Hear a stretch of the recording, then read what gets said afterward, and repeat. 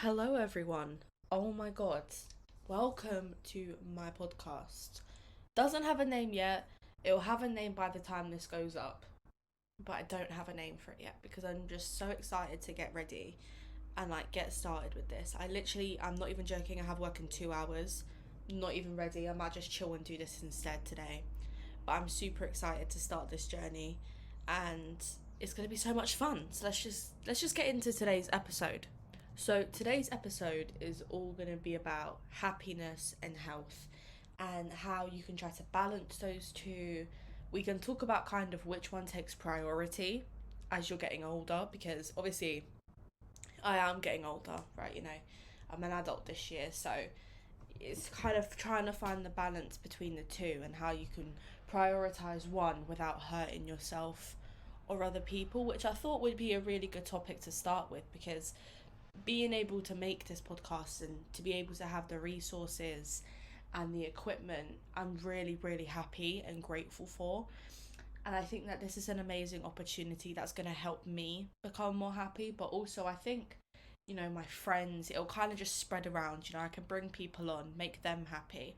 So I think it's a new beginning and I'm a little bit nervous, but I think in the long run it's going to be good, which is one of the main topics that we're going to talk about today. So, a big part of my life and my healing journey, could you say, that I've been going on for the past few years is trying to prioritize my happiness and my peace without the fear that it's going to hurt somebody else, which is a lot easier said than done, right? Because there's always that thought in your brain of, oh, I'm going to upset this person, or this person's going to get angry with me if I don't do this or if I don't do that. But a part of healing and maturing as a person is trying to realize that not everyone is going to like you, and that's all right. That's okay. It's hard, and it's like a really hard pill to swallow because you want everyone to like you. We're humans. We want to be liked by everyone. But that's just not possible. That's not humanly possible. And I think the sooner we start to realize that, the easier mentally it becomes for us to put ourselves first. So, for example, let's just put this into example, bring my friends into this, shall we? I'm deputy head girl of our sixth form, and one of my really good friends, Davina, is head girl. But my best friend in the whole entire world also went for head girl, and there was a moment of hesitation that I had when applying once I found out she was going to apply because I wanted to make her happy and I wanted her to be able to have that opportunity. But I thought I deserve to be happy as well. I have to be happy as well because then what's the point of me putting all of this effort into everything that I do? And we had that discussion. Me and my best friend Olivia, we had that discussion of I'm going to be happy for you, whatever, and you're going to be happy for me, whatever happens.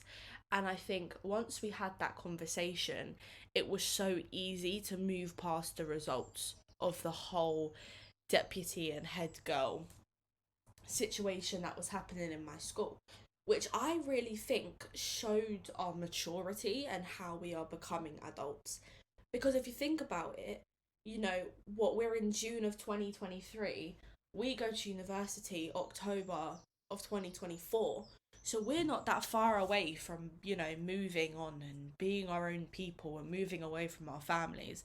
And I think this is kind of going off topic a little bit, but I do think that since starting sixth form, so like higher education, my friends and I have all kind of learnt to mature a bit more, which I think is really crucial, especially because we are moving away, because we need to make those important decisions. That it's good to prioritize your happiness as long as the people around you know that you're going to do it.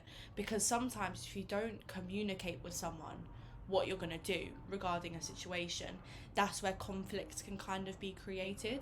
So I think that having those conversations with people who listen as well, because I've had friends in the past who don't listen to what I say, and they're kind of in their own world, which obviously is understandable because you put yourself first for a lot of things, innit? You need to prioritize you.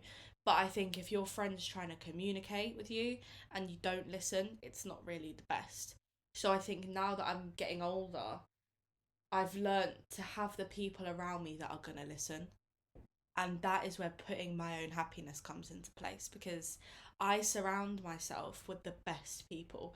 Like, I say this all the time to them. Every time we get drunk, I'm one of those drunk people who get all really lovey-dovey and like, oh, I love you so much. But honestly, I turn into that sort of person. But I'm that kind of person anyways. I share my love for my friends so openly, and I love doing that because they give it back to me. You know, we are all so loving for each other, and I think that that is just like an amazing friend group circle to have. But I think that even though I do put other people first, it all comes down to my happiness at the end of the day, because they are the best people to hang out with.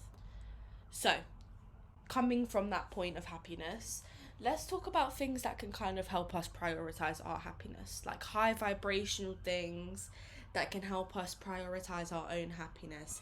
And I think the one way that I did that successfully was learning about high vibrational activities and low vibrational activities. So, as humans, high vibrational things are going to raise our natural vibration. It's going to make us have more energy. It's going to make us more happy. It's going to kind of like purify, in air quotations, purify our energy. And some things that I like to do, that I kind of do, I'm not going to say every day, I'm not going to put myself on that high of a pedestal, but maybe like 3 times a week is I'll work out.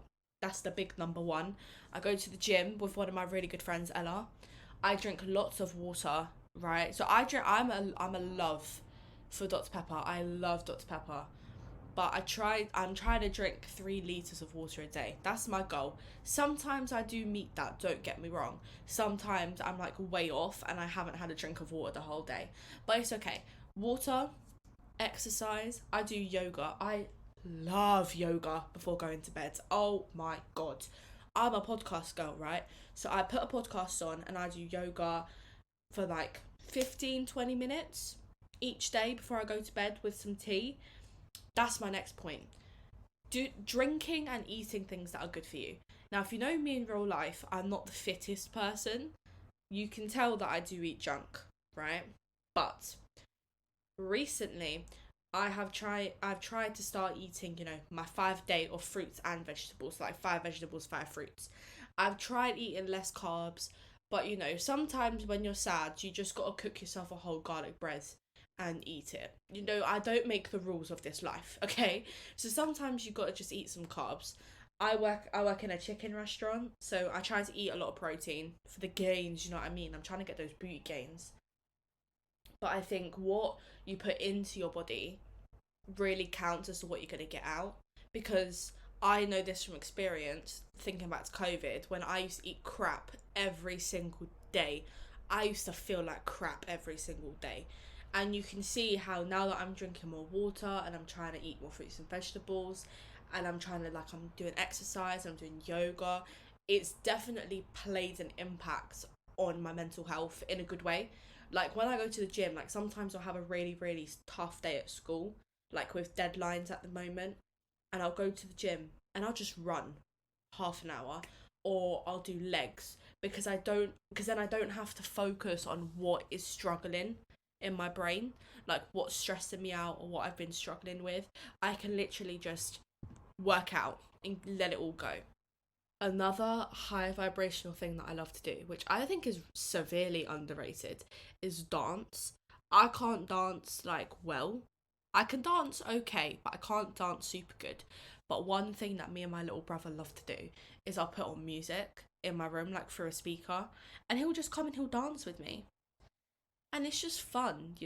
That's another point. If you've got younger siblings, or even if you don't, just hanging out with your family, or even with your friends, is amazing. Like today, I finished work at 4 today, so I'm coming home, and me and my brother are going to go play tennis outside for like an hour. Because it's fun, you get to run around, you get fresh air, you get that little bit of exercise for the day. But he's only little, he's only 6. So I think it kind of helps build that relationship between me and him more. And dancing is fun. I sing as well. I can sing okay. My voice is okay. I'm not Ariana Grande, but it's all right. So I love to sing, I love to dance, I love to do anything that involves me having to move or express myself. And I think the one universal thing that can help anybody when they're trying to improve their happiness is music, right? Obviously, we all know I'm a music student. It's very evident. My name is quite literally Harmony, right? So I was kind of born into this legacy. But I think even just listening to music, or, listening to a new album, or listening to your favourite album, or your favourite artist, or musicals. Oh, I love musicals, mate. We all know this. I love Hamilton. I'll chuck on Hamilton, put it on shuffle, and tidy my room in the background. Two birds, one stone. I'm happy because I'm listening to my favourite song, and I'm happy because my room is clean. That is very important as well, is cleaning your space. My dad, right? He's a very wise man. I'm not going to call him old, because he's not. He's kind of old. He's a little bit old. He's getting there, but he's not. Love him. But his saying, he literally has a saying, clean room, clear mind. How cringy is that? First of all, clean room, clear mind. But it's so true, right? Whenever I've struggled with my mental health or motivation, anything like that, and my room's messy, he'll come in and he'll say, get up, put on music, tidy your room, you'll feel better. And when I was a little teenager who didn't listen to my parents, when I was 13, 14, I'd be like, ooh, whatever. But now, I literally do that. If I catch myself feeling like rubbish, I tidy my room. Even if there's not a lot to clean, I will tidy it. Or I will just clear my space. The past couple of weeks, I've been feeling really groggy and unmotivated, just blech, kind of. I got rid of my desk, so I made some space in my room. I took down a bunch of my tapestries because I just felt a little bit too crowded in my room. So I just cleared my space. And you know what? I do feel that little bit better. So maybe we should all listen to my dad and clean our rooms. The other thing that I said that I wanted to talk about was health. Happiness and health kind of go hand in hand a little bit. And when I say health, I do mean physical health. So what you're putting in. But I kind of already spoke about that. But something that's really important to me and I love to share with other people is the importance of mental health. Now, I know it's very cliche to be like, oh, it's a podcast and she's talking about mental health. I'm going to stop playing now. But keep on listening, because I promise you it's not going to be cliche and original. Mental health is there's such stigma around it. You know what I mean? Just because someone doesn't look depressed doesn't mean that they can't be. Just because someone isn't having panic attacks every day doesn't mean they have anxiety. I think I suffered with really bad depression for 2 years. Consistently. Didn't go into school. Didn't eat well. Didn't do anything. And I think not a lot of people knew that at the time, because when I was in school, I put on a happy face. But I was absolutely miserable on the inside. And I think that is why I have such a passion for trying to make sure that my friends and my family and the people that are just around me know that it's okay to have feelings, and that it's okay to not be okay. Oh God, that is really cliche and cringy. I just said I wasn't going to be cliche or cringy, and then I pull out it's okay not to be okay. But you know what I mean. You know the point. Okay, mental health is so important, because we can be absolutely physically fit, right? You could be the fittest person in the world, but have the worst mental health and you will still struggle. You know what I mean? And I think it's important to put ourselves first. So let's talk about some tips and some advice and some ways that you could try and put yourself first to kind of break that stigma of mental health. Now, the first thing I am not going to say is go and talk to somebody, because talking to somebody about how you feel is so difficult, and I feel like no one talks about this enough, is that it's so hard to open up. Whether it's for the first time or the 100th time that you're talking to someone, it is difficult to speak up. And I think that not a lot of people realise that. My mum, before I told her that it wasn't easy for me to talk to her, she would just be like, oh, you could just tell me anything. And I'd be like, yeah, I know I can, but I can't. I physically can't because my brain is not allowing me to tell you what's wrong. So I say, go with the next best thing and talk to yourself. Whether that's journaling or just literally just having a conversation with yourself. I'm a weirdo like that. I'll just talk to myself. But I think that that is really important. And I think if you're comfortable with feeling your feelings, if you're comfortable with sitting there and being like, okay, I feel anxious, but that's okay. That's the first step. So if you ever feel in that state of mind of, I'm not okay, I feel anxious, I feel stressed, I feel sick, I feel tired, I feel angry. If you can just, for 30 seconds, just go, do you know what? I feel like this and it's okay. And I know you're probably thinking, yeah, but that's if I'm angry, I'm not going to stand there and go, oh, I'm okay. I get that. But you don't have to say it out loud. You could just, in your brain, it's like, it's okay. Whenever I feel really anxious about something, I'll sit there and I'll go, you know what? It's okay that I'm feeling like this. Because it shows that my brain and my body, they're all in line with each other. Because something's been triggered in my brain, and the fact that my body's even responding to that is a good thing. So I need to try and find out what's going on. But that's coming from someone who's had like 3.5 years of therapy. So obviously I understand that for everyone, it's not going to be that easy to just go, oh, let me figure out how I'm feeling. But I think that first step is identifying how you're feeling and then accepting the way you feel. Because I think that that is very important. Like, I know that a big thing for me and my friends, at least, that's like our number one issue is school stress. But I think that's a lot of people's our age worry is school stress and that fear of the future. So one of my really big fears that I'm kind of embarrassed to even admit to you guys is going to university. Like, I'm genuinely scared because, you know, there are universities that are on my UCAS application that are literally like 5 hours away, like Leeds and Cornwall. And one of my biggest fears is moving away from home and like moving out. But I think when I tried to start overcoming that fear, the first thing I realized is that it's okay to be scared. You know, I'm the eldest sister. I grew up without siblings for 11 years. I'm so used to being around my parents 24/7 that it's kind of scary. But it's going to be okay. Like, I know it's going to be okay because they're a phone call away. You know, I'm going to get a car. I can drive.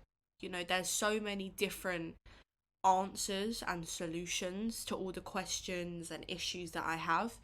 But I just haven't allowed myself to accept that it's okay. And like, I think this was like a week ago, maybe 2 weeks ago. I just sat there and I was like, you know what? It's okay. Because this is my future. The world is in my hands. I've got so many opportunities and amazing things that are coming my way. But I just need to open myself to them. And I think that really helped with my mental health. In this past month, it's been kind of declining. But I think once I realised that I just need to accept how I feel, it was so much easier for me to try and move on. And I think that that's my final thing that I kind of want to talk about for this episode is moving on, which ties into the mental health part, but hear me out. You don't have to move on from situations that hurt you. And when I say that, I mean, if something happened to you a month ago, you shouldn't expect yourself to be over it by now. Things that happen to you, whether they're good or bad, are going to stay with you for the rest of your life, whether you like it or not. You know, your brain won't just forget it. It will be there in the subconscious part of your brain. And I think that that is really important because moving on from things that have hurt you are good, but it's just never going to happen. And I think you have to kind of learn how to live with the pain, and you have to kind of learn to live alongside that issue, you know? So moving on just is so unrealistic because there is this pressure put on us of like, oh, something happened to you when you were younger, you need to get over it now. But it's not that easy. Moving on from things is not easy. And I promise you it doesn't get any easier. The longer the situation goes on, the more it'll probably hurt. So I think trying to live alongside it is more important, which is where I say the acceptance comes along, because I've had to accept things that have happened to me, and I've just had to learn how to say, this happened to me, I understand it happened, but I can't let it ruin me. You have to take that power back. You may not be able to forget it, but you can take it and you can go, this happened to me. This happened to me. So I am going to create my own happiness from this. I am going to change what happened in my past. I'm going to take what happens in my past and I'm going to change my future. Because this is all about you. Yeah, there are other people in your life, but your life is yours. And I think that is so important. You need to take all the bad, shitty things that happen to you, wrap them up in one ball and go, okay, this fucked up shit happened. I'm taking it. It's my hurt. It's my pain. And I'm turning this pain into happiness. And I know it sounds difficult and it sounds complicated, and you're thinking that I'm a crazy lady sitting here saying all this to you. But happiness does come from pain. It just takes a very long time. And I do think that if you do a couple of the things that we spoke about, cleaning your space, identifying what's wrong. If you can talk to someone, talk to someone. Because there's so many people out there who genuinely care about you. Friends, family, whoever. They care about you. And sometimes you will feel like people don't care about you. But we do. We care. And people are going to be there for you. Oh my gosh. That is the first episode. Happiness and health. Next week, we're going to get real deep. We are, because we're going to be talking about misogyny. I don't know. I was just sitting here, and when I stopped recording one piece of the podcast, and I was like thinking about what to say next, I was like, I really want to talk about misogyny. So I think that's going to be the topic for next week. But yeah, that was amazing. That was so much fun. Thank you guys for listening. Watch this space for more updates or mini episodes, and I will speak to you guys soon.